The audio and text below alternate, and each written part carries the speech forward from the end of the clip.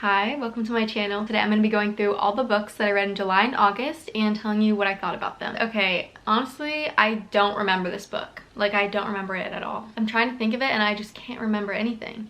So, I don't think I liked it that much because that did not stick with me. Next, I listened to the audiobook of What Happened to Ruthie Ramirez. This book had moments where it was really interesting and just tugged at my heartstrings, and it was just like a very emotional story and sad. It's really a sad book. I was really into it until it started getting towards the end and I felt like not enough was happening, and it felt like it was just saying a lot without much going on, and so I got really bored towards the end. But then at the very end it picked back up again for like the big climax and the resolution and stuff. What Happened to Ruthie Ramirez is also like a very different type of book for me. It was switching between sibling POVs and they were talking and like introducing themselves, and it's like very character driven, I suppose. They're like, this is me, and they're like talking, breaking the fourth wall sort of thing. The next book I read was the second book in the duology after A River Enchanted, which is A Fire Endless. A Fire Endless was really good. I just like that in duology. That duology is super solid and I'd recommend it because it's just a good fantasy book. One thing I noticed this author does though is she absolutely crushes you before you get that ending. Like, she absolutely is like, wait, let me put you through the trenches. Like, it feels like you definitely go through it reading her books. And I know a lot of books do that, but I don't know why it was just like extra painful in her books for some reason. I was like, so I'll tell you more about it when I get to it because I also read Divine Rivals, but same sort of thing. I read What Happens After Midnight. This one was really good. I loved it. It ended up being one of my favorite books that I read this year because I just had so much fun. It's purely because of how much fun I had reading it. I love when I just feel myself getting lost in a book. It's a young adult romance and it takes place after midnight. Not the whole thing, but a prank that takes place there's like this high school where everyone lives on campus,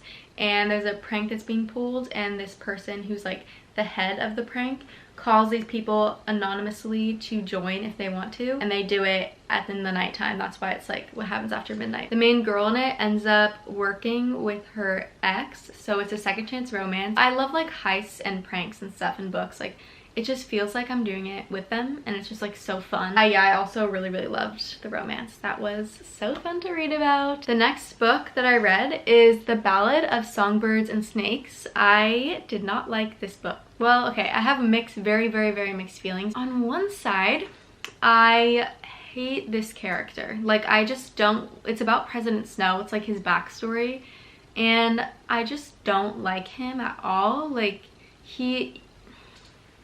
it definitely shows you him being vulnerable at times and what he's been through and just like an idea of why he is how he is. But it also shows like people who've like loved him and these relationships that he's had throughout his life. And it just made me a little, I don't want to like say anything more than that, but it just made me kind of angry reading that and then knowing who he is now in the Hunger Games books. It was like an exhausting read for me, so for that reason I wouldn't want to rate it good. But I did love the writing. I thought the writing was amazing, even though I think it wasn't that I was bored, it's that I was so hesitant to read it and like open it back up because I was like, I can't do this. I was just fearful, always fearful to see what happened next in that book because President Snow is nothing if not extremely disappointing. So, you know, it's not like one of those books where you really can root for the protagonist and you're like, yay, go. No. The next book I read is I started the next Percy Jackson series that starts after that one. Well, I guess it's not like a Percy Jackson series. It's about this character named Jason, and it's called The Lost Hero.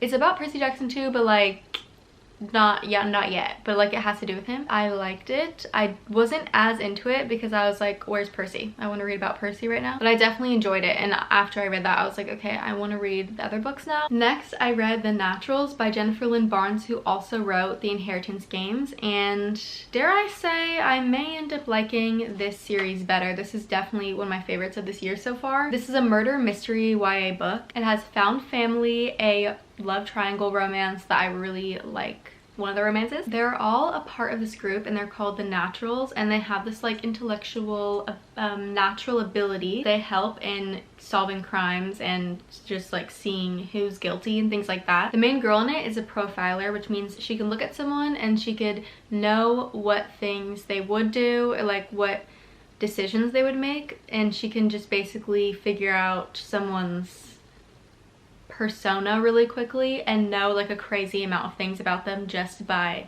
observing them. They're all like learning in this program. They're not really put to work, but then eventually Cassie, the main girl in this, she really wants to be put to work. She ends up becoming a part of an actual ongoing case, but then she actually ends up being targeted by the serial killer, and it's really interesting. I would recommend it. It was so good. I cannot wait to read the second one. This series, I am kind of obsessed with it right now. Next, I read Lease on Love, but I ended up DNFing it, I'm pretty sure, because I got bored of it. I listened to it as an audiobook, so yeah, I'm pretty sure I DNF'd it because I was pretty invested at some points, but then I just stopped caring. I don't know what was going on with me this month, but I was not like invested in that many books. Next, I read Carrie Soto is Back. I really liked this book. It's definitely not one of my favorite Taylor Jenkins Reid books, but I did really enjoy it and I liked the character in it, even though also I simultaneously disliked her a lot of the times. You know, I liked her for who she was in it, which was sometimes awful. It's about this tennis player who she's like raised by her dad, who's really into tennis, and he teaches her tennis, and he calls her like Achilles because he's like, you're gonna be like my Achilles, you're gonna be the best at tennis ever. So she's really set on that, and she grows up just practicing tennis all the time, wanting to be perfect at tennis, and she's like really young, playing against older people and beating them. She gets to a point where she is the record holding best person at tennis in the world because she wins like that much, and she's holding that title. But then years later, and she's older now because she had like a knee injury, I'm pretty sure, and so she had to stop it for a while, but now she wants to go back in because someone's about to break her record, and so she wants to reclaim it. I found this book really good. It's just a really good book. In the beginning, I was a little bit scared because I was like, oh no, I'm kind of getting bored, but it drew me in, and I also listened to the audiobook of this, and that I would recommend because that always helps me, specifically with Taylor Jenkins Reid books. I usually like to listen to the audiobook. Next, I read The 100,000 Kingdoms. I also listened to this as an audiobook. Everyone says to read, I'm pretty sure it's the 5th season. I haven't read that, so I gotta read that one because I did really enjoy this. It's one of those books that was a bit mind-boggling. It almost had like, I don't even know, like it almost had like some sci-fi vibes to it, but then like it was more like about gods and stuff, and like people ruling, and I don't know, like it was just a lot going on. Oh wait, I forgot to say, this is something I just forgot about this book. There's a lot of moments where I feel like this, I don't know, maybe this is how like Game of Thrones is or something, but there's like some weird ancestral moments in it, and that kind of made me uncomfortable. I don't really know what that was about, but yeah, so I liked it, and I also kind of disliked it at the same time at some parts of it, because it also like, there was those moments, and then it also got a little bit boring at some parts, but overall I think it was a good book. There's so much stuff that happens in it that's like what is happening right now, but at the same time I could grasp it well enough. It was just like, whoa, this is crazy. The next book that I read was The True Love Experiment, and okay, this is one of those books where I think listening to this one specifically as an audiobook a little bit made the experience maybe not as good for me. I really liked it, but I felt a little bit of disconnect when I was reading it or listening to it.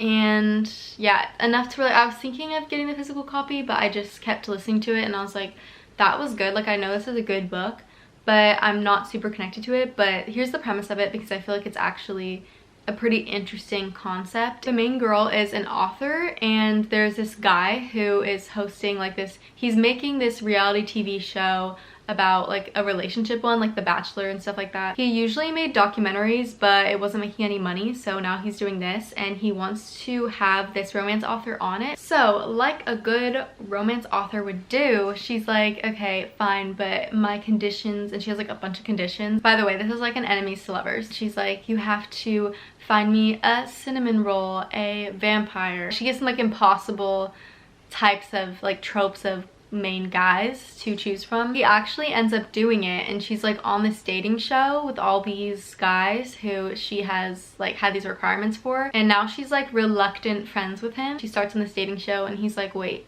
I kind of also don't want her to be on this dating show because I'm starting to like her. And then the romance continues while simultaneously she's like talking and getting close with these other guys. I feel like that kind of gives an idea of what it's about, and I do think it's a good book, but for some reason I was just a little bit not in it. Next, I read Divine Rivals. I loved this book. This was so good. So, okay, set the scene. There's a girl and a guy who both, this is like, by the way, this is like a fantasy world. So this girl and this guy both work at this like newspaper press place. They're like competing rivals with each other, and they're both trying to get a position. They're both kind of going through their own struggles. The girl, like her brother left for the war, and she hadn't seen him in like 5 months, and she didn't know what happened to him, and her mom started drinking, and she's just like going through so much. So she gets on her typewriter and writes out like a note to her brother that she knows he'll never get, but she just needs to like let it out. And then she puts it in her closet and closes the door,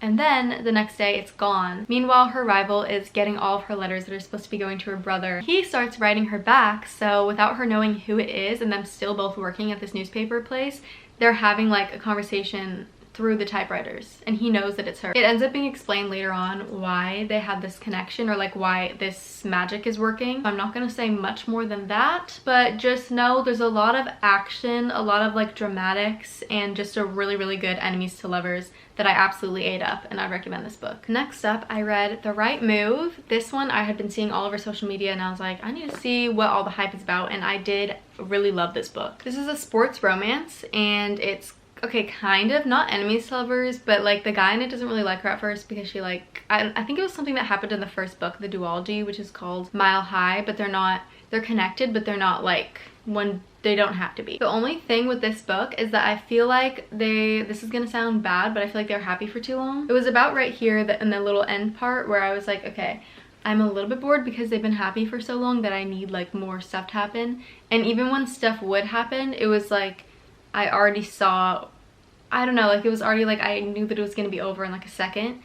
So it didn't really hold me at the end, but throughout most of it I really, really liked it, and I think this is one of my favorite sports romances that I've ever read. So if you like sports romances, this is a good one. I absolutely loved Indy and Ryan. They are some of the best characters I've read about. Like, they're just amazing people. Ryan is a really, really famous basketball player, and for that reason people sometimes have like used him in his past, and he's pretty scarred by that. So he's kind of a hermit, like he stays in his place and he doesn't really go out. He doesn't really like to let anyone in except for his twin sister, who he's really close with. His sister comes to him and she's like, my friend needs a place to stay because her boyfriend of this many years cheated on her, and she's like heartbroken and she doesn't have enough money. And he's like, no way at first, but then he's like, it's been hard for my sister to make friends because of who I am, so the least I could do is give her friend a place to stay. So Indy ends up moving in to Ryan's house, so it's kind of like a forced proximity sort of thing. She brings the color into his life. It's definitely like a grumpy sunshine sort of thing. It was a really great way to end the month. And that concludes all the books that I read in July and August. Thank you so much for watching. Make sure to like this video and subscribe if you want to see more of my videos. I'm gonna put my social media links in the description. Have a great day.